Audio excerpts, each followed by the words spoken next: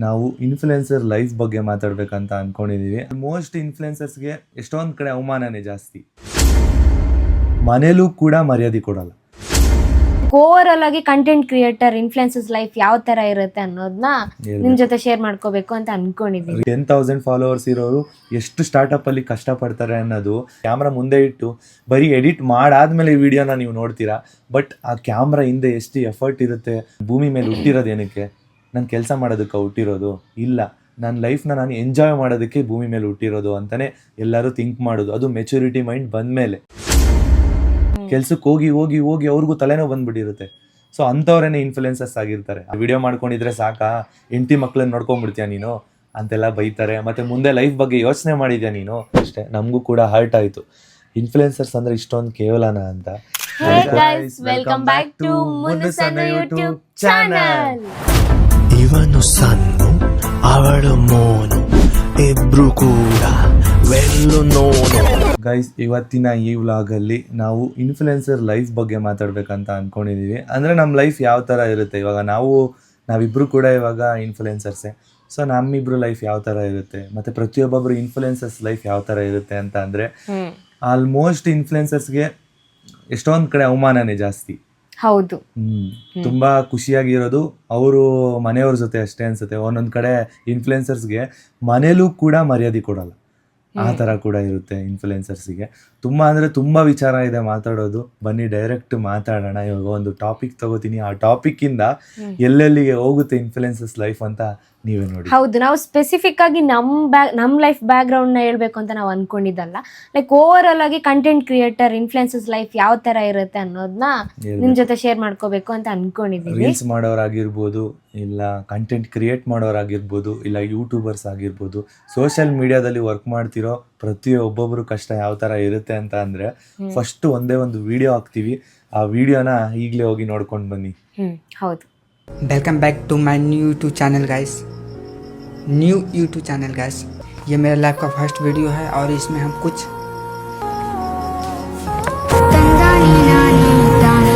ನೋಡಿದ್ರಲ್ವಾ ಇವಾಗ ವಿಡಿಯೋ ಯಾವ ಥರ ಇತ್ತು, ಏನು ಅನ್ನಿಸ್ತು ನಿಮಗೆ? ಅದು ನಿಮ್ಮ ಮೈಂಡಲ್ಲಿ ಆಲ್ರೆಡಿ ಬಂದಿರುತ್ತೆ. ಕ್ಯಾಮ್ರಾ ಮುಂದೆ ಮಾತಾಡಬೇಕು ಅಂತ ಅಂದರೆ ಎಷ್ಟು ಕಷ್ಟ ಅಂತ ಒಬ್ಬ ಇನ್ಫ್ಲುಯೆನ್ಸರ್ಸಿಗೆ ಮಾತ್ರ ಗೊತ್ತಿರುತ್ತೆ.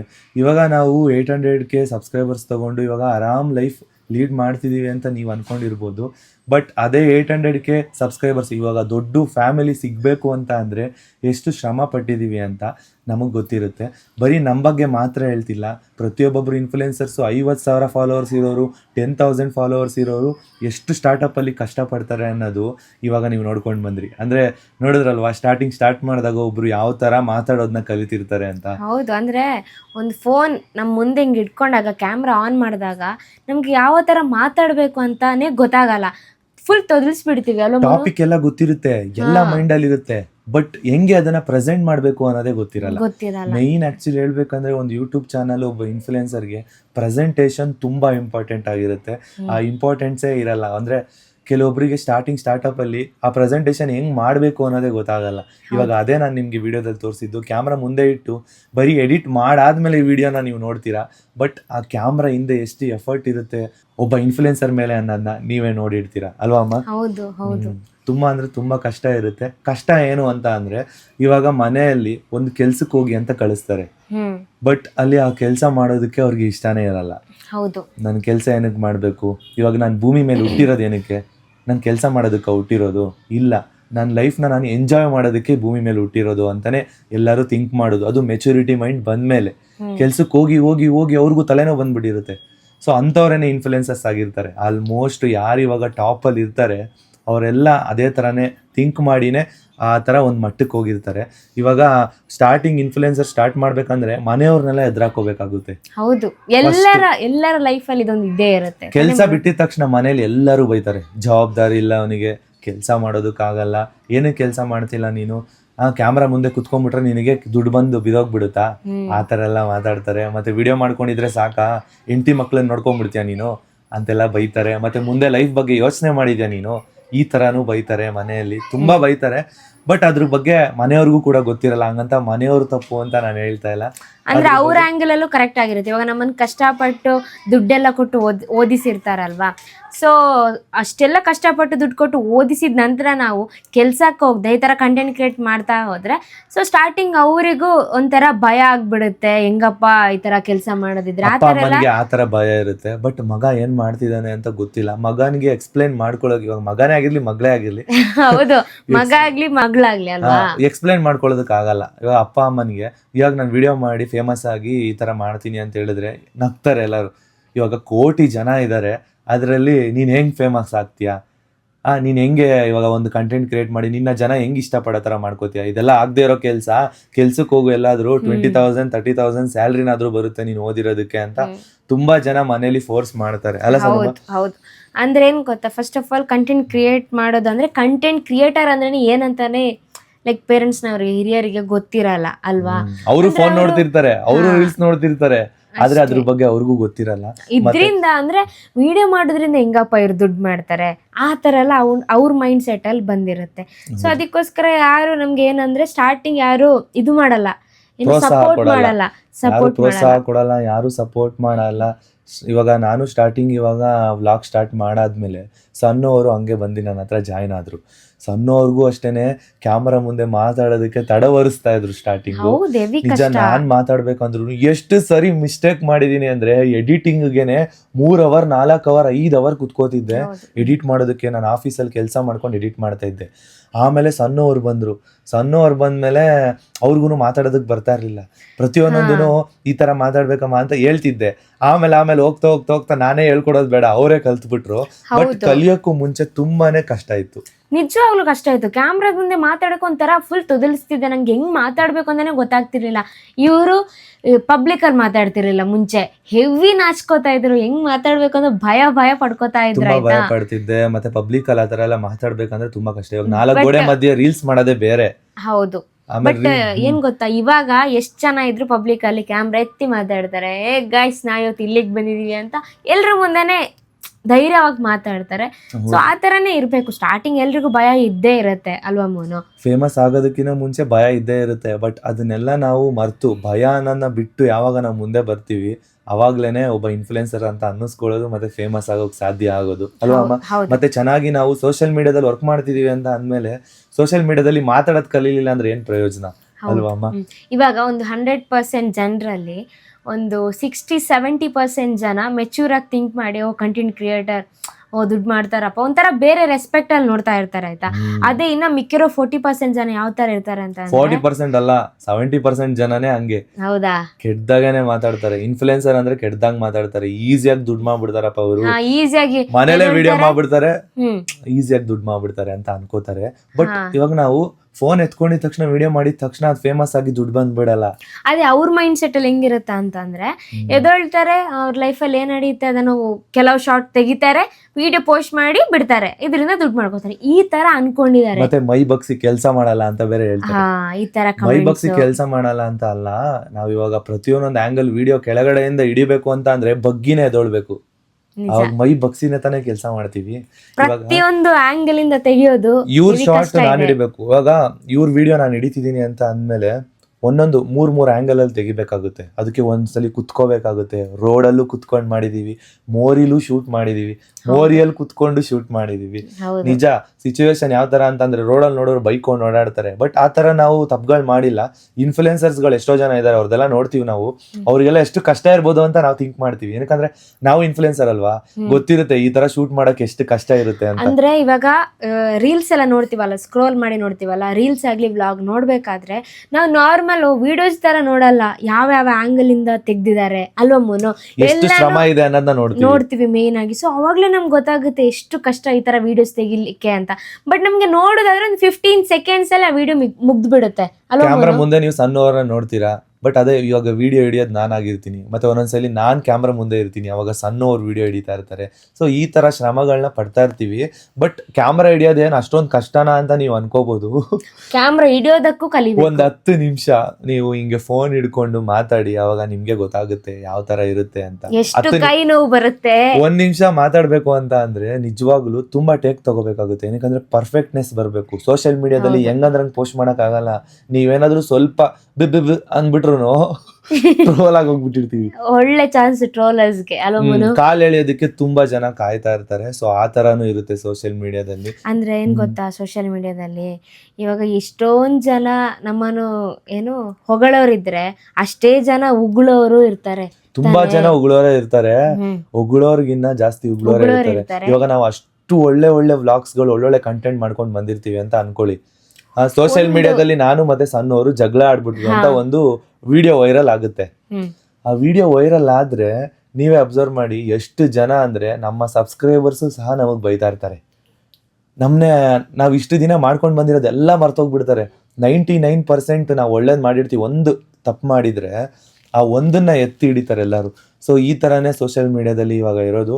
ಅಂದ್ರೆ ನಾವು ಎಲ್ಲಾರನ್ನು ಕೆಟ್ಟವರು ಅಂತ ಹೇಳ್ತಿಲ್ಲ, ನೋಡೋ ಭಾವನೆ ಮತ್ತೆ ನೋಡೋ ರೀತಿ ಸರಿಯಾಗಿರ್ಬೇಕು ಅಲ್ವಾ. ಯಾರೋ ಒಬ್ರು ಒಂದ್ ತಪ್ಪು ಮಾಡ್ತಾರೆ ಅಂತ ಅಂದ್ರೆ ಕರ್ಮ ರಿಟರ್ನ್ಸ್ ಅನ್ನೋದು ಇರುತ್ತಲ್ವಾ, ಅವ್ರಿಗೆ ರಿಟರ್ನ್ಸ್ ಹೋಗೇ ಹೋಗುತ್ತೆ. ಅವ್ರು ತಪ್ಪು ಮಾಡಿದ್ರೆ ಅವ್ರು ಅನುಭವಿಸ್ತಾರೆ. ಸೊ ನೀವು ಅದ್ರ ಬಗ್ಗೆ ತಲೆ ಕೆಡಿಸ್ಕೋಬೇಡಿ, ನಿಮ್ ಲೈಫ್ ಬಗ್ಗೆ ನೀವು ತಲೆ ಕೆಡಿಸ್ಕೊಳ್ಳಿ. ಮತ್ತೆ ಇದೊಂದು ಏನ್ ಗೊತ್ತಾ, ಅವರ ಲೈಫಲ್ಲಿ ಬೇರೆನೆ ಆಗಿರುತ್ತೆ, ಅದನ್ನು ಇವಾಗ ಪೋಸ್ಟ್ ಮಾಡಿರ್ತಾರೆ.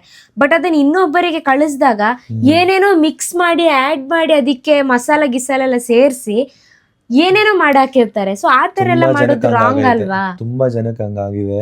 ಎಷ್ಟೋ ಜನ ಇವಾಗ ಸೋಷಿಯಲ್ ಮೀಡಿಯಾದಲ್ಲೇ ಒಂಥರ ಇರ್ತಾರೆ, ರಿಯಲ್ ಲೈಫ್ ಅಲ್ಲೇ ಒಂಥರ ಇರ್ತಾರೆ. ಬಟ್ ಆದ್ರೆ ಅವ್ರು ಹೆಂಗಾದ್ರೂ ಇರ್ಲಿ, ನಮ್ಗೇನಕ್ಕೆ ಅಲ್ವಾ ಅಮ್ಮ.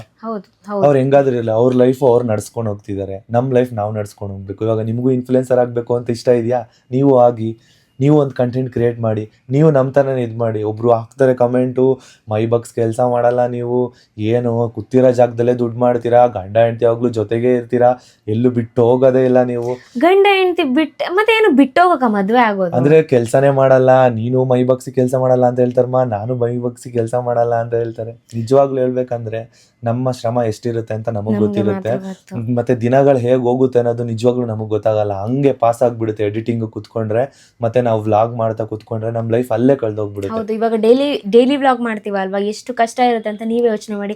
ಎವ್ರಿ ಸಿಚುವೇಶನ್ ನಾವು ಕ್ಯಾಚ್ ಮಾಡ್ಬೇಕು. ಮದ್ವೆಗೆ ಹಿಂದಿನ ದಿನ ಇದ್ವಲ್ಲಮ್ಮ, 1 ತಿಂಗಳು ಅವಾಗಿಂದನೂ ನಾವು ವ್ಲಾಗ್ ಮಾಡ್ಕೊಂಡು ಬಂದಿದ್ದೀವಿ, ಕಂಟಿನ್ಯೂಸ್ ಕಂಟೆಂಟ್ ಮಾಡ್ಕೊಂಡು ಬಂದಿದೀವಿ. ಒಂದು ಕಡೆ ಮಿಸ್ ಇಲ್ಲ, ಒಂದು ದಿನ ಮಿಸ್ ಇಲ್ಲ. ನೀವೇ ಬೇಕಾದ್ರೆ ಲೈನ್ ನೋಡ್ಕೊಂಡೋಗಿ ಡೇಸ್ ಗಳೇ ಕೌಂಟ್ ಆಗಿರುತ್ತೆ ನಾವು ವ್ಲಾಗ್ ಹೆಂಗ್ ಪೋಸ್ಟ್ ಮಾಡಿದೀವಿ. ಹೌದು, ಮತ್ತೆ ಕೆಲವರು ಕಮೆಂಟ್ಸ್ ಏನ್ ಗೊತ್ತಾ, ಇವ್ರಿಗೇನ್ ಕಂಟೆಂಟ್ಸೇ ಸಿಗಲ್ವಾ, ಸಿಲ್ಲಿ ಕಂಟೆಂಟ್ ಎಲ್ಲ ಮಾಡ್ತಾರೆ ಅಂತ ಅಲ್ವಾ. ಇವಾಗ ಕಂಟೆಂಟ್ ಹುಡುಕೋದು ಒಂದು ಕಷ್ಟನೇ ತಾನೆ. ಅದಕ್ಕೂ ನಾವು 1000 ಯೋಚನೆ ಮಾಡ್ಬೇಕು, ಏನಪ್ಪ ಕಂಟೆಂಟ್ ಕೊಡೋದು, ಆ ತರನು ಯೋಚನೆ ಮಾಡ್ಲೇಬೇಕು. ಅದಕ್ಕೆ ನಾವು ಇವಾಗ ಯೋಚನೆ ಮಾಡಬಿಟ್ಬಿಟ್ಟಿದೀವಿ. ನಮ್ ಲೈಫ್ ಅಲ್ಲಿ ನಾವು ಹೆಂಗಿದೀವಿ ಹಂಗೆ ಡೈಲಿ ರೂಟೀನ್ ಅಲ್ಲಿ ತೋರ್ಸೋಣ, ಇದ್ರಲ್ಲಿ ಟಿಪ್ಸ್ ವ್ಲಾಗ್ ಏನಿದೆ ಅದನ್ನ ಮಾಡೋಣ ಅಂತ ಅನ್ಕೊಂಡಿದೀವಿ. ಬಟ್ ಕಂಟೆಂಟ್ ಮಾಡೋದಿದೆಯಲ್ವಾ, ಅದು ತುಂಬಾ ಕಷ್ಟನೇ ಅಲ್ಲ. ಹೌದು, ಇವಾಗ ಯಾರೆಲ್ಲ ಕನ್ನಡದಲ್ಲಾಗ್ಲಿ ಬೇರೆ ಲ್ಯಾಂಗ್ವೇಜ್ ಅಲ್ಲಾಗ್ಲಿ ಕಂಟೆಂಟ್ ಕ್ರಿಯೇಟ್ ಮಾಡ್ತಾ ಇದಾರೆ, ಎಲ್ಲ ಇನ್ಫ್ಲುಯೆನ್ಸಸ್ ಗ್ರೇಟೇ. ಅವ್ರ ಬ್ಯಾಕ್ ಗ್ರೌಂಡ್ ಎಲ್ಲ ಅವ್ರು ಎಷ್ಟು ಕಷ್ಟಪಟ್ಟಿರ್ತಾರೆ ಅದು ಅವ್ರಿಗೆ ಮಾತ್ರ ಗೊತ್ತಿರುತ್ತೆ. ಸೇರಿ ಹೇಳ್ತಾ ಇದೀವಿ. ತುಂಬಾ ಅಂದ್ರೆ ತುಂಬಾ ಶ್ರಮ ಪಡ್ತಿದ್ದಾರೆ. ಸುಮ್ನೆ ಅಲ್ಲ, ಸುಮ್ನೆ ಕುತ್ಕೊಂಡು ಯಾರು ದುಡ್ಡು ಮಾಡೋದಕ್ಕಾಗಲ್ಲ. ಇವಾಗ ಒಂದು ಪ್ರಮೋಷನ್ ಬರ್ತಿದೆ ಅವ್ರ ಹೆಸರಲ್ಲಿ ಅಂತ ಅಂದ್ರೆ, ಬಟ್ ಅವ್ರಿಗೆ ಪ್ರಮೋಷನ್ ಕೊಡ್ತಿದಾರೆ ಅಂತ ಅಂದ್ರೆ ಅವ್ರ ಒಂದು ಸ್ಥಾನಕ್ಕೆ ಹೋಗಿದ್ದಾರೆ ಅಂತಾನೆ ಅರ್ಥ. ಎಲ್ಲರಿಗೂ ಪ್ರಮೋಷನ್ ಕೊಡಕ್ ಆಗಲ್ಲ. ಏನು ಇವ್ರು ಪ್ರಮೋಷನ್ ಮಾಡ್ಕೊಂಡು ಆರಾಮಾಗಿ ದುಡ್ಡು ಮಾಡ್ಬಿಡ್ತಾರೆ ಅಂತ ನೀವ್ ಅನ್ಕೋಬಹುದು. ಪ್ರಮೋಷನ್ಸ್ ಬರೀ ಇನ್ಫ್ಲುಯೆನ್ಸರ್ಸ್ ಮಾತ್ರ ಮಾಡಲ್ಲ, ಫಿಲಂ ಆಕ್ಟರ್ಸ್ ಕೂಡ ಪ್ರಮೋಷನ್ಸ್ ಮಾಡ್ತಾರೆ. ಇವಾಗ ಬರೀ ಅವ್ರ ಆಕ್ಟಿಂಗ್ ಫೀಲ್ಡ್ ಅಲ್ಲೇ ಹೋಗಲ್ಲ, ಅವ್ರಿಗೂ ಪ್ರಮೋಷನ್ಸ್ ಮಾಡಿದ್ರೇನೆ ಅವ್ರ ಲೈಫು ಕೂಡ ಚೆನ್ನಾಗಿ ಲೀಡ್ ಆಗೋದು, ಅದರಿಂದ ಅವ್ರು ಅರ್ನಿಂಗ್ಸ್ ಮಾಡೋದು. ಹಂಗಂತ ಕೆಟ್ಟ ಪ್ರಮೋಷನ್ ಮಾಡಿ ಅಂತ ನಾವು ಎತ್ಕೊಡ್ತಾ ಇಲ್ಲ. ಒಳ್ಳೊಳ್ಳೆ ಪ್ರಮೋಷನ್ಸು ಇದೆ. ಅಂದ್ರೆ ಜನಗಳಿಗೆ ಉಪಯೋಗ ಆಗೋಂಥ ವಸ್ತುಗಳಿರುತ್ತೆ ಅಲ್ವಾ. ಇವಾಗ ಎಷ್ಟೋ ಜನಕ್ಕೆ ಈ ಶಾಪಲ್ಲಿ ಏನ್ ಸಿಗುತ್ತೆ, ಆ ಶಾಪಲ್ಲಿ ಏನ್ ಸಿಗುತ್ತೆ ಅನ್ನೋದೇ ಗೊತ್ತಿರಲ್ಲ. ಇವಾಗ ಮಾಡೋ ಪ್ರಮೋಷನ್ಸ್ ಇಂದ ಅವ್ರಿಗೂ ಯೂಸ್ ಆಗುತ್ತಲ್ವಾ. ಹೌದು, ಇವಾಗ ಕಾಲ್ ಮಾಡಿ ನೀವು ತಿಳ್ಕೊಬಹುದು, ಇಲ್ಲಿ ಆಫರ್ಸ್ ಯಾವ ತರ ಇದೆ ಆ ತರ ತಿಳ್ಕೊಬಹುದು. ಆ ತರ ಕಾಂಟ್ಯಾಕ್ಟ್ ನಂಬರೇ ಕೊಟ್ಬಿಟ್ಟಿರ್ತೀವಿ ನಾವು, ನೀವು ಕಾಂಟ್ಯಾಕ್ಟ್ ಮಾಡ್ಕೊಳ್ಳಿ ಅಂತ ಅಲ್ವಾ. ನಾವು ತುಂಬಾ ಅಬ್ಸರ್ವ್ ಮಾಡಿ ಒಂದು ಶಾಪಿಗೆ ನಾವೇನಾದ್ರು ಪ್ರಮೋಷನ್ಗೆ ಹೋದ್ರೆ ಅದನ್ನ ಅಬ್ಸರ್ವ್ ಮಾಡಿ, ಇದರಿಂದ ನಮ್ಮ ಸಬ್ಸ್ಕ್ರೈಬರ್ಸ್ಗೆ ಒಳ್ಳೇದಾಗುತ್ತಾ ಕೆಟ್ಟದಾಗುತ್ತಾ ಅಂತ ಯೋಚನೆ ಮಾಡಿನೇ ಮಾಡೋದು. ಯಾವುದೇ ತರ ಗೇಮಿಂಗ್ ಪ್ರಮೋಷನ್ಸು ಕೂಡ ನಾವು ಮಾಡೋದಿಲ್ಲ, ಯಾವುದನ್ನು ಮಾಡೂ ಇಲ್ಲ. ಒಂದು ಟೈಮಲ್ಲಿ ನಾವು ಮಾಡಿದ್ವಿ, ಬಟ್ ಅವತ್ತೇ ಬಿಟ್ಬಿಟ್ವಿ. ಕೆಲವೊಂದಷ್ಟು ಜನ ಹೇಳಿದ್ರು, ನೀವು ಚೆನ್ನಾಗಿ ವಿಡಿಯೋಸ್ ಮಾಡ್ತಿದ್ದೀರಾ, ದುಡ್ಡಿಗೋಸ್ಕರ ಯಾವತ್ತೂ ಮಾಡಕ್ ಹೋಗ್ಬೇಡಿ, ಹೆಸರು ಮಾಡಿ ಆಮೇಲೆ ದುಡ್ಡು ತಾನಾಗಿನೇ ಬರುತ್ತೆ ಅಂತ. ನಾವು ಕೂಡ ಲೈಫಲ್ಲಿ ಕಷ್ಟಗಳನ್ನ ನೋಡ್ಕೊಂಡು ಬಂದು ಆಮೇಲೆ ಕಲ್ತಿದೀವಿ ಅಲ್ವಾ ಅಮ್ಮ? ಹೌದೌದು, ತುಂಬಾ ಕಲ್ತಿದೀವಿ. ಎವ್ರಿ ಇನ್ಫ್ಲುಯೆನ್ಸರ್ಸ್ ಒಂದು ಮ್ಯಾಟ್ರನ್ನ ಫೇಸ್ ಮಾಡಲೇಬೇಕು. ಅದು ಏನಂತಂದ್ರೆ ಅವಮಾನ ಅಲ್ವಾ ಮನು? ಅವಮಾನ ಬಂದೇ ಬರುತ್ತೆ ಸೋಷಿಯಲ್ ಮೀಡಿಯಾದಲ್ಲಿ ಇರಬೇಕಾದ್ರೆ. ಯಾವ್ಯಾವ ರೀತಿಯಲ್ಲಾದರೂ ಟ್ರೋಲ್ ಆಗಿ ಆ ಥರ ಮ್ಯಾಟ್ರಲ್ಲಿ ಬಂದ್ಬಿಡುತ್ತೆ. ಇಲ್ಲಾಂದ್ರೆ ಫ್ಯಾಮಿಲಿ ಬ್ಯಾಕ್ಗ್ರೌಂಡ್, ಫ್ರೆಂಡ್ಸ್ ಬ್ಯಾಕ್ಗ್ರೌಂಡ್, ಈ ಥರ ಮ್ಯಾಟ್ರಲ್ಲಿ ಬರ್ತಾ ಇರುತ್ತೆ. ಆಯ್ತಾ? ತುಂಬಾ ಏನಕ್ಕಂದ್ರೆ ನಮ್ನ ಜಾಸ್ತಿ ನೋಡ್ತಿರ್ತಾರಲ್ವಾ ಸೋಷಿಯಲ್ ಮೀಡಿಯಾದಲ್ಲಿ, ಅವಾಗ ನಮ್ಮ ಮೇಲೆ ಕಣ್ ಬೀಳೋದ್ ಜಾಸ್ತಿ ಇರುತ್ತೆ. ಅಂದ್ರೆ ನಮ್ಮ ಮೇಲೆ ಅಂತಲ್ಲ, ನಮ್ಮ ಇನ್ಫ್ಲುಯೆನ್ಸರ್ಸ್ ಎಲ್ಲ ಓವರ್ ಆಲ್ ಇನ್ಫ್ಲುಯೆನ್ಸರ್ಸ್ ಬಗ್ಗೆ ನಾವು ಮಾತಾಡ್ತಿರೋದು. ಬಟ್ ಎಲ್ಲಾ ಇನ್ಫ್ಲುಯೆನ್ಸರ್ಸ್ನು ಕೂಡ ಒಂದು ಬೆಸ್ಟ್ ಅಂತಾನೆ ಹೇಳ್ಬೋದು. ಅಷ್ಟೆಲ್ಲ ಅವಮಾನ ಸಹಿಸ್ಕೊಂಡು ಕೂಡ ಅವ್ರ ಲೈಫ್ನ ಅವ್ರು ಲೀಡ್ ಮಾಡ್ತಾ ಇರ್ತಾರೆ. ತಲೆ ಕೆಡಿಸ್ಕೊಳ್ಳಲ್ಲಪ್ಪ, ನಮ್ ಲೈಫ್. ಹೌದು, ನಾವು ಇವಾಗ ಚೆನ್ನಾಗಿದ್ರೆ ನಮ್ನ ತಿರುಗಿ ನೋಡ್ತಾರೆ, ನಾವು ಚೆನ್ನಾಗಿಲ್ಲ ಅಂತ ಅಂದ್ರೆ ಯಾರು ತಿರುಗಿ ನೋಡಲ್ಲ, ಬ್ಯಾಡ್ ಕಮೆಂಟ್ಸ್ ನ ಎಕ್ಸೆಪ್ಟ್ ಮಾಡೇ ಮಾಡ್ತಾರೆ. ಇವಾಗ ಒಬ್ರು ಬೆಳಿತಿದಾರೆ ಅಂತ ಅಂದ್ರೆ ಅಮ್ಮ, ಎಲ್ರು ಅವ್ರನ್ನ ತಿರುಗಿ ನೋಡಿ ಮಾತಾಡ್ತಾ ಇರ್ತಾನೆ. ಅದೇ ಇವಾಗ ನಾವು ಬೆಳಿತಿಲ್ಲ ಅಂತ ಅಂದ್ರೆ ಯಾರು ನಮ್ನ ನೋಡಲ್ಲ, ಯಾರು ನಮ್ಮ ಹತ್ರ ಮಾತಾಡಲ್ಲ, ನೀವ್ ಯಾರು ಅಂತ ಗುರ್ತಿಸೋದು ಇಲ್ಲ. ಹೌದು, ಇನ್ಫ್ಲುಯೆನ್ಸರ್ ಆಗಿದೀವಿ ಅಂತ ಅಂದ್ರೆ ಅವ್ರನ್ನ ಗುರ್ತಿಸೋರು ತುಂಬಾ ಇರ್ಬೇಕು. ಅವಾಗ್ಲೂ ಇನ್ಫ್ಲುಯೆನ್ಸರ್ಸ್ಗೂ ನಾವು ಏನೋ ಗ್ರೋ ಆಗ್ತಿದೀವಿ ಅಂತ ಅನ್ಸುತ್ತೆ. ಗುರ್ಸೋರು ಯಾರು ಇಲ್ಲ ಅಂತ ಅಂದ್ರೆ ನಿಜವಾಗ್ಲೂ ಏನೋ ಒಂಥರ ಅನ್ಸ್ಬಿಡುತ್ತೆ. ಅವಾಗ ನಾವು ಮತ್ತೆ ಒಳ್ಳೊಳ್ಳೆ ಕಂಟೆಂಟ್ ಕೊಡಕ್ ಸ್ಟಾರ್ಟ್ ಮಾಡ್ತೀವಿ.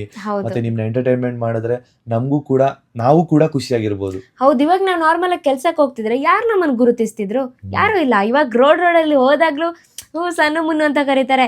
ನಮ್ಮನ್ನು ಬಿಟ್ಟಾಕಿ ಬೇರೆ ಇನ್ಫ್ಲುಯೆನ್ಸರ್ನ ಅಷ್ಟೇ ಎಷ್ಟು ಜನ ಬಂದು ಅಂದ್ರೆ ಫುಲ್ ಅಲ್ವಾ ಅವ್ರ ಜೊತೆ ಮಾತಾಡ್ಬೇಕು. ಚಿಕ್ಕ ವಯಸ್ಸಲ್ಲಿ ಆಸೆ ಇತ್ತು, ನಾವು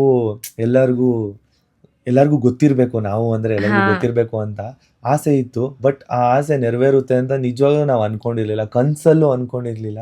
ಇವಾಗ ರೋಡಲ್ಲಿ ಸಣ್ಣ ಮುನ್ನು ಅಂತ ಕಂಡಿಡಿತಾರೆ ಅಂತ ಅಂದ್ರೆ ನಿಜ ನಾವು ಯಾವ ಜನ್ಮದ ಪುಣ್ಯ ಮಾಡಿದ್ವೋ ಗೊತ್ತಿಲ್ಲ ಅಲ್ವಾ? ಹೌದು ಹೌದು, ಅದೊಂದು ಖುಷಿನೇ ಬೇರೆಪ್ಪ.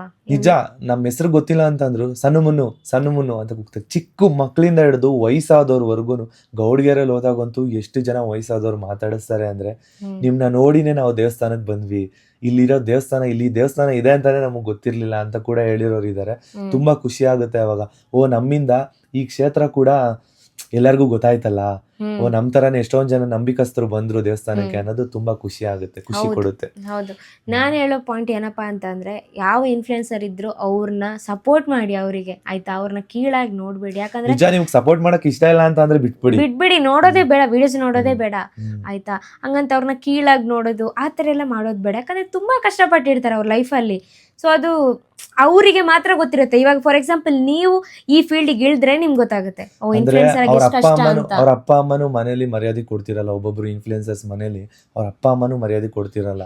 ಇವಾಗ ನಾವು ವಿಡಿಯೋಸ್ ಮಾಡ್ತಿದೀವಿ ಸೋಷಿಯಲ್ ಮೀಡಿಯಾದಲ್ಲಿ ಅಂತ ಅಂದಾಗ ಸೋಷಿಯಲ್ ಮೀಡಿಯಾದವರು ಅವ್ರಿಗೆ ಬ್ಯಾಡ್ ಆಗಿ ಕಮೆಂಟ್ ಮಾಡಿದ್ರೆ ಅವಾಗ ಅವ್ರಿಗೆ ಬೇಜಾರಾಗಿ ಹೋಗ್ಬಿಡುತ್ತೆ.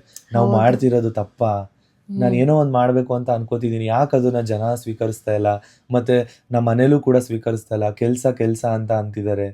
ಕೆಲ್ಸ ಮಾಡಿದ್ರೆ ಈ ಭೂಮಿ ಮೇಲೆ ಬದುಕಕ್ಕಾಗೋದು, ಕೆಲ್ಸ ಮಾಡಿಲ್ಲ ಅಂತ ಅಂದ್ರೆ ನಾನು ಲೈಫಲ್ಲಿ ನಾನು ಎಂಜಾಯ್ ಮಾಡೋದು ಬೇಡವಾ ಅಂತ ಯೋಚನೆ ಮಾಡ್ತಿರ್ತಾರೆ ಪ್ರತಿಯೊಬ್ಬೊಬ್ರು ಇನ್ಫ್ಲುಯೆನ್ಸರು ಕೂಡ.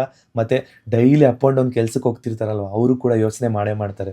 ಒಂದಿನ ಕೆಲಸ ಕಷ್ಟ ಅಂತ ಅನ್ನಿಸ್ದಾಗ ಅವ್ರಿಗೆ ಅನ್ಸುತ್ತೆ, ನಾವ್ ಏನಕ್ಕೆ ಈ ತರ ಕೆಲಸ ಮಾಡ್ತಿದೀವಿ, ನಮ್ಮ ಲೈಫ್ನ ನಾವು ಎಂಜಾಯ್ ಮಾಡೋದು ಬೇಡವಾ, ಬರೀ ಕೆಲಸದಲ್ಲೇನ ನಮ್ಮ ಜೀವನ. ಇರೋ 50 ವರ್ಷ ಬದುಕ್ತಾರೆ ಅಷ್ಟೇ ಗೈಸ್. ಇವಾಗಿನ ಸಿಚುವೇಶನ್ ಅಲ್ಲಿ 50 ವರ್ಷ ಅಷ್ಟೇ ಬದುಕೋದು. ಅದರಲ್ಲಿ ನಾವೆಲ್ಲ 20 ವರ್ಷ ಎಜುಕೇಶನ್ ಅಂತ ಮಾಡಾದ್ಮೇಲೆ ಇನ್ನು 30 ವರ್ಷ ಬರೀ ಕೆಲ್ಸದಲ್ಲೇ ಕಳಿಬೇಕಾ? ಅಯ್ಯೋ ಏನಪ್ಪಾ ಲೈಫ್ ಅಂತ ಅನ್ಸುತ್ತೆ. ನಿಜ ಯೋಚನೆ ಮಾಡಿ ಮನೆ. ಹೌದು, ನಿಜವಾಗ್ಲೂ ಹೌದು. ಮತ್ತೇನ್ ಗೊತ್ತಾ ಮುನ್ನು, ಇವಾಗ ಕಂಟೆಂಟ್ ಕ್ರಿಯೇಟರ್ಸ್ ಅಂದ್ರೆ ಏನು ಕೆಲಸ ಇಲ್ಲಪ್ಪ, ಈಸಿಯಾಗಿ ವಿಡಿಯೋ ಮಾಡಿ ಹಾಕ್ತಾರೆ ಅಂತ ಅಂದ್ಕೊಂಡಿದ್ದಾರಲ್ವ ಕೆಲವರು. ಸೊ ಅವರಿಗೆ ನಾನು ಏನು ಹೇಳೋಕೆ ಇಷ್ಟಪಡ್ತೀನಿ ಅಂತ ಅಂದರೆ, ಒಂದು ವೀಡಿಯೋಸ್ ಮಾಡೋದಾದರೆ ಅವ್ರ ಲೈಫಲ್ಲಿ ಏನೇನು ಫೇಸ್ ಮಾಡ್ತಾರೆ ಅಂದರೆ, ಏನೇನು ಕಷ್ಟ ಇರುತ್ತೆ ಅಂದರೆ, ಫಸ್ಟು ಕಂಟೆಂಟ್ ಕ್ರಿಯೇಟ್ ಮಾಡಬೇಕು, ಅಂದರೆ ಥಿಂಕ್ ಮಾಡಬೇಕು ಸ್ಟಾರ್ಟಿಂಗ್, ಆಯ್ತಾ? ಕಂಟೆಂಟ್ ಕೊಡಬೇಕು ಡೈಲಿ ಇವ್ರ ಕೆಲಸ ಏನಪ್ಪ ಅಂತಂದರೆ ಕಂಟೆಂಟ್ ಯೋಚನೆ ಮಾಡಬೇಕು.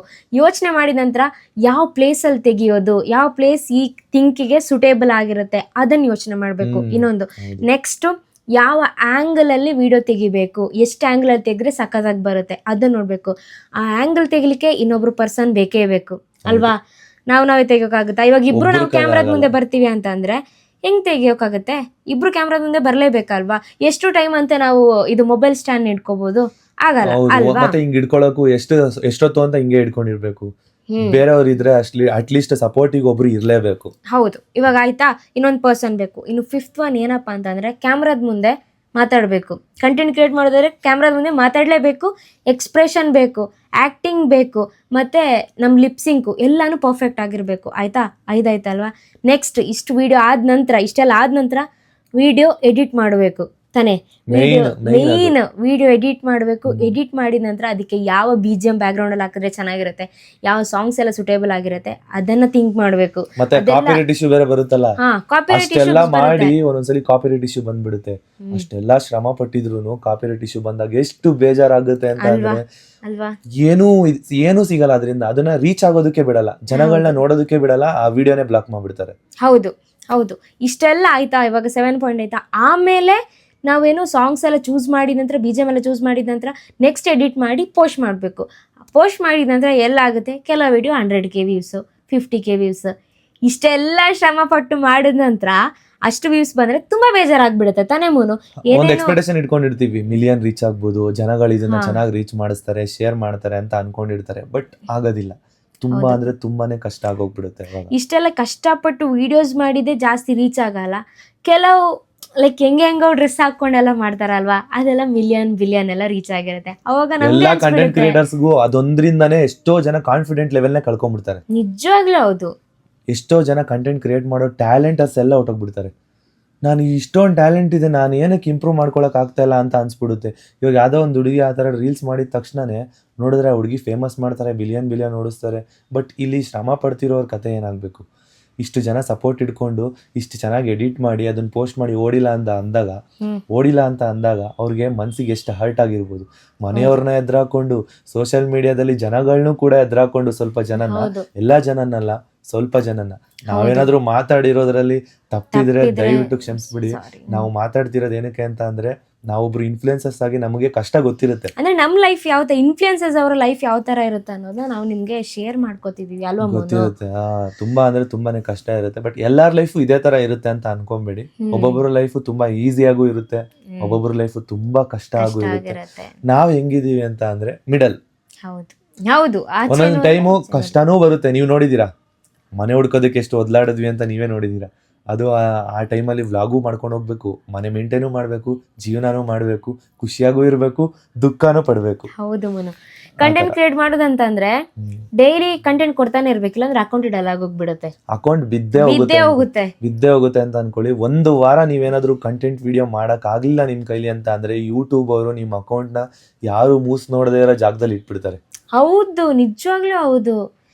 ಯಾರು ಕ್ಯಾರಿ ಮಾಡಲ್ಲ. ಆಮೇಲೆ ಮತ್ತೆ ಕಂಟೆಂಟ್ ಕೊಡೋರ್ಗೂ ಅಷ್ಟೇನೆ, ಚೆನ್ನಾಗಿ ಕಂಟೆಂಟ್ ಕೊಟ್ಟಿರ್ತಾರೆ, ಅವ್ರದ್ದು ವ್ಲಾಗ್ ಓಡೋದೇ ಇಲ್ಲ. ಎಷ್ಟೋ ಜನಕ್ಕೆ ಎಕ್ಸ್ಪೀರಿಯನ್ಸ್ ಆಗಿರುತ್ತೆ. ಈ ವಿಡಿಯೋನ ಯಾರಾದ್ರೂ ಇನ್ಫ್ಲುಯೆನ್ಸರ್ಸ್ ನೋಡ್ತಿದ್ರೆ ನಿಜವಾಗ್ಲೂ ಅವ್ರಿಗೆ ಅನ್ಸಿರುತ್ತೆ, ಈ ಎಕ್ಸ್ಪೀರಿಯನ್ಸ್ ನಮಗೂ ಆಗಿದೆ ಅಲ್ವಾ, ಅದನ್ನ ಹೆಂಗ್ ಇವ್ರು ಡೈರೆಕ್ಟ್ ಆಗಿ ಹೇಳ್ತಿದ್ದಾರೆ ಅಂತ ಅವ್ರಿಗೆ ಅನ್ಸುತ್ತೆ. ಹೌದೌದು. ಮತ್ತೇನು ಗೊತ್ತಾ, ಇನ್ನೊಂದು ಮಳೆ ಬರಲಿ, ಹೆವಿ ಬಿಸಿಲು ಇರಲಿ, ಎಂಥ ಸಿಚುವೇಶನ್ನೇ ಇರಲಿ, ವಿಡಿಯೋ ಮಾಡೋದು ಮಾಡಲೇಬೇಕು ತಾನೇ ಮನು? ಇವಾಗ ಕಂಟೆಂಟ್ ಕ್ರಿಯೇಟ್ ಮಾಡಿಲ್ಲ, ಮಳೆ ಬಂತು ಅಂತ ನಾವು ಮನೇಲಿ ಕೂತ್ಕೊಂಡ್ರೆ ಇನ್ಸ್ಟಾಗ್ರಾಮ್ ಯೂಟ್ಯೂಬ್ ಹೋಯ್ತು ಅಷ್ಟೇ. ಮಳೆ ಬಂತು ಅಂತ ಹೇಳಿ ನಾವು ಕುತ್ಕೊಂಡ್ರೆ ಮನೆ ಒಳಗಡೆ ಮಾಡೋಣ ಕಂಟೆಂಟು ಅಂತ, ಮನೇಲಿ ಲೈಟ್ ಇಲ್ಲ ಅಂದ್ರೂ ಅಷ್ಟೇನೆ, ಕರೆಂಟ್ ಇಲ್ಲ ವೇಸ್ಟ್, ಏನು ಮಾಡೋಕ್ಕಾಗಲ್ಲ. ಈ ಥರ ಸಿಚುವೇಶನ್ಸ್ಗಳು ಬರುತ್ತೆ. ಬಟ್ ಆದರೂ ಇನ್ಫ್ಲುಯೆನ್ಸರ್ಸು ಗ್ರೇಟ್ ಅಂತಾನೆ ಹೇಳ್ಬೋದು.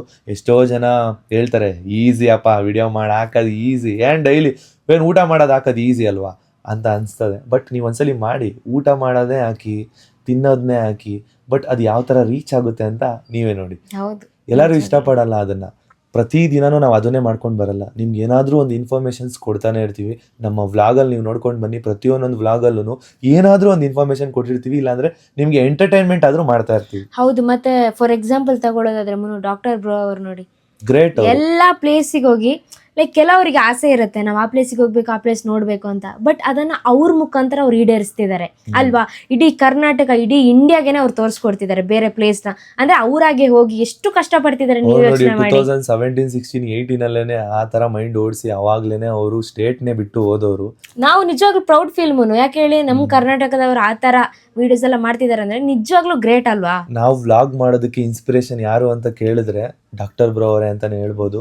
ಮತ್ತೆ ಮನೇಲಿ ಕಾಮಿಡಿ ಮಾಡೋ ಎಷ್ಟೋ ಜನ ಕಂಟೆಂಟ್ ಕ್ರಿಯೇಟರ್ಸ್ ಇದ್ದಾರೆ, ಅವ್ರನ್ನೂ ನೋಡಿ ಕೂಡ ನಾವು ಕಲ್ತಿದ್ದು ಹೌದು ಅಲ್ವಾ ಅಮ್ಮ? ಹೌದೌದು.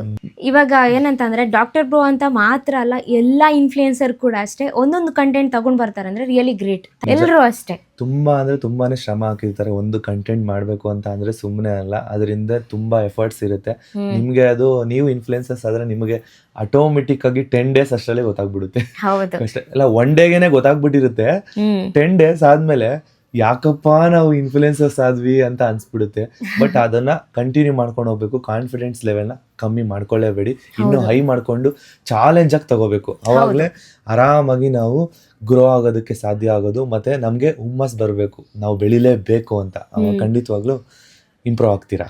ಹೌದು. ಅದಕ್ಕೆ ಆದಷ್ಟು ಎಲ್ಲ ಇನ್ಫ್ಲುಯೆನ್ಸರ್ಗೆ ರೆಸ್ಪೆಕ್ಟ್ ಕೊಡಿ, ಅವ್ರಿಗೆ ಪ್ರೋತ್ಸಾಹಿಸಿ, ಅವ್ರಿಗೆ ಸಪೋರ್ಟ್ ಮಾಡಿ. ಅವ್ರು ಮಾಡ್ತಿರೋ ಕಂಟೆಂಟ್ ಇಂದ ನಿಮ್ಗೆ ಏನಾದ್ರು ಬೇಜಾರಾಗ್ತಿದೆ ಅಂತ ಅಂದ್ರೆ ದಯವಿಟ್ಟು ಅವ್ರ ವಿಡಿಯೋನ ನೋಡಕ್ ಹೋಗ್ಬೇಡಿ, ಮತ್ತೆ ಸ್ಕಿಪ್ ಮಾಡ್ಬಿಡಿ.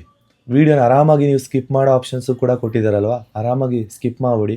ಅವ್ರ ಲೈಫಲ್ಲಿ ಅವ್ರು ಎಷ್ಟು ಬೇಜಾರಿಂದ ಬಂದಿರ್ತಾರೆ, ನೀವು ಬೇಜಾರ್ ಮಾಡಬೇಡಿ ಅವ್ರಿಗೆ, ಅಲ್ವಾ ಅಮ್ಮ? ಹೌದು. ಬ್ಯಾಡ್ ಕಮೆಂಟ್ಸ್ ಎಲ್ಲ ಮಾಡಿ ನಿಮ್ಮಿಂದ ಅವ್ರಿಗೆ ಬೇಜಾರಾಗಬಾರ್ದು. ಅವ್ರ ಲೈಫಲ್ಲಿ ಏನಾದ್ರು ಅವ್ರು ತಪ್ಪು ಮಾಡಿದ್ರೆ ಅವರೇ ಅನುಭವಿಸ್ತಾರೆ ಅಷ್ಟೇ. ಹಾಗಂತ ನಾವು ನಮ್ ಸಬ್ಸ್ಕ್ರೈಬರ್ಸ್ಗೆ ಅಂತ ನಾವು ಈ ತರ ಬೈಯೋದು ಹೇಳೋದು ಆ ತರ ಅಲ್ಲ. ಮಾಡ್ತಿಲ್ಲ. ಇನ್ಫ್ಲುಯೆನ್ಸರ್ಸ್ಗೆ ಕೆಟ್ಟದಾಗ ಮಾತಾಡೋರು ನೋಡಿ ಹೇಳ್ತಾ ಇದೀವಿ ಅಷ್ಟೇ, ಅಲ್ವಾ ಅಮ್ಮ? ತುಂಬಾ ಜನ ರೆಸ್ಪೆಕ್ಟ್ ಇಲ್ಲದೆ ಮಾತಾಡಿದ್ದಾರೆ, ಅದಕ್ಕೋಸ್ಕರ ಹೇಳಿದ್ದು ಅಷ್ಟೇ. ನಮಗೂ ಕೂಡ ಹರ್ಟ್ ಆಯ್ತು, ಇನ್ಫ್ಲುಯೆನ್ಸರ್ಸ್ ಅಂದ್ರೆ ಇಷ್ಟೊಂದು ಕೇವಲನ ಅಂತ. ಅದಕ್ಕೋಸ್ಕರ ಮಾತಾಡೋದಾದ್ರೆ ಬೇಜಾನಿದೆ ಮಾತಾಡೋಕೆ, ಬಟ್ ಸಾಕು ಅನ್ಸುತ್ತೆ. ಸಾಕು ಮಾತಾಡಿದ್ದು. ಇವಾಗ ಯಾರಾದ್ರೂ ಹೊಸ ಇನ್ಫ್ಲುಯೆನ್ಸರ್ಸ್ ಈ ವಿಡಿಯೋನ ನೋಡಿ ಇನ್ಸ್ಪಿರೇಷನ್ ತಗೊಂಡು ನಾವು ವ್ಲಾಗ್ ಮಾಡಬೇಕು ಅಂತ ಅನ್ನಿಸ್ತಿದ್ಯಲ್ವಾ, ಅವ್ರಿಗೆ ಆಲ್ ದಿ ಬೆಸ್ಟ್ ನಮ್ಮ ಕಡೆಯಿಂದ. ಚೆನ್ನಾಗಿ ನೀವು ಕೂಡ ಕಂಟೆಂಟ್ ಮಾಡಿ, ಖಂಡಿತವಾಗ್ಲೂ ನಿಮಗೂ ಕೂಡ ಸಬ್ಸ್ಕ್ರೈಬರ್ಸ್ ಚೆನ್ನಾಗಾಗ್ಲಿ, ನಿಮ್ದು ಒಂದು ಫ್ಯಾಮಿಲಿ ಚೆನ್ನಾಗಿ ಗ್ರೋ ಆಗ್ಲಿ. ಹೌದು. ಯಾವುದೇ ಕಾರಣಕ್ಕೂ ಗಿವ್ ಅಪ್ ಮಾಡಬೇಡಿ ಲೈಫಲ್ಲಿ. ಇದು ಮಾತ್ರ ಅಂತ ಅಲ್ಲ, ನೀವು ಯಾವುದೇ ಬಿಸ್ನೆಸ್ ಮಾಡ್ತಿದ್ರು ಅಷ್ಟೇ, ಏನೇ ಮಾಡ್ತಿದ್ರು ಅಷ್ಟೇನೆ. ಇವಾಗ ನಾವು ನೆಕ್ಸ್ಟ್ ಬಿಸ್ನೆಸ್ಗೆ ಕೈ ಹಾಕ್ತೀವಿ, ನೋಡೋಣ. ಮುಂದೆ ಒಂದು ಒಳ್ಳೆ ಬಿಸ್ನೆಸ್ ಮಾಡ್ಬೇಕಂತ ಅನ್ಕೊಂಡಿದೀವಿ. ಒಂದು ಒಳ್ಳೆ ಬಿಸ್ನೆಸ್ ಮಾಡಿ ನಮ್ಮ ಲೈಫ್ನ ನಾವು ಲೀಡ್ ಮಾಡ್ತೀವಿ. ನೀವು ಅಷ್ಟೇನೆ ಚೆನ್ನಾಗಿ ಲೈಫ್ನ ಲೀಡ್ ಮಾಡಿ, ಮತ್ತೆ ಯಾವತ್ತೂ ಕೂಡ ಕಾನ್ಫಿಡೆಂಟ್ ಲೆವೆಲ್ನ ಕಳ್ಕೊಳಕ್ ಹೋಗ್ಬೇಡಿ. ಲೈಫಲ್ಲಿ ಖುಷಿಯಾಗಿರಿ. ನಿಮ್ಗೆ ಏನೇ ಡೌಟ್ಸ್ ಇದ್ರು ನಮ್ಗೆ ಕಮೆಂಟ್ ಅಲ್ಲಿ ಇನ್ಫಾರ್ಮ್ ಮಾಡಿ, ನಾವು ಅದಕ್ಕೆ ಅಲ್ವಾ ಅದ್ರ ಬಗ್ಗೆ ಮಾತಾಡ್ತೀವಿ, ಡಿಸ್ಕಸ್ ಮಾಡ್ತೀವಿ. ನಿಮ್ಮ ಹತ್ರ ಡಿಸ್ಕಸ್ ಮಾಡೋಣ. ನೀವು ಏನಾದ್ರು ಡೌಟ್ಸ್ ಇದ್ರೆ ಕೇಳಿ. ನಾವೇನಾದ್ರೂ ಮಾತಾಡೋದ್ರಲ್ಲಿ ತಪ್ಪಿದ್ರೆ ದಯವಿಟ್ಟು ಕ್ಷಮಿಸಿ. ನಾವು ತುಂಬಾ ಚಿಕ್ಕವರು. ಇದ್ರ ಬಗ್ಗೆ ಮಾತಾಡಿದ್ದೇನಕ್ಕಂತ ಅಂದ್ರೆ ನಾವು ಒಬ್ರು ಇನ್ಫ್ಲುಯೆನ್ಸರ್ಸ್ ಆಗಿ ಮಾತಾಡ್ಬೇಕು ಅಂತ ನಮ್ಗೆ ಅನ್ಸಿದನು ನಾವು ಹೇಳಿದೀವಿ ಅಲ್ವಮ್ಮನು ಅಷ್ಟೇ. ಓಕೆ ಗೈಸ್, ಈ ಬ್ಲಾಗ್ ನ ಇಲ್ಲೇ ಎಂಡ್ ಮಾಡ್ತಿದೀವಿ. ಈ ವಿಡಿಯೋ ಇಷ್ಟ ಆಗಿದ್ದಲ್ಲಿ ಲೈಕ್ ಮಾಡಿ, ಶೇರ್ ಮಾಡಿ, ಕಮೆಂಟ್ ಮಾಡಿ, ಹಾಗೆ ಸಬ್ಸ್ಕ್ರೈಬ್ ಮಾಡೋದನ್ನ ಮಾತ್ರ ಮರಿಬೇಡಿ. Bye. Thank you for watching. ಪಾಡಂತು ನಂದೀಗ ಅಲ್ಲೋಲ ಕಲ್ಲೋಲ ಮುಂಜಾನೆ ಮಂಜು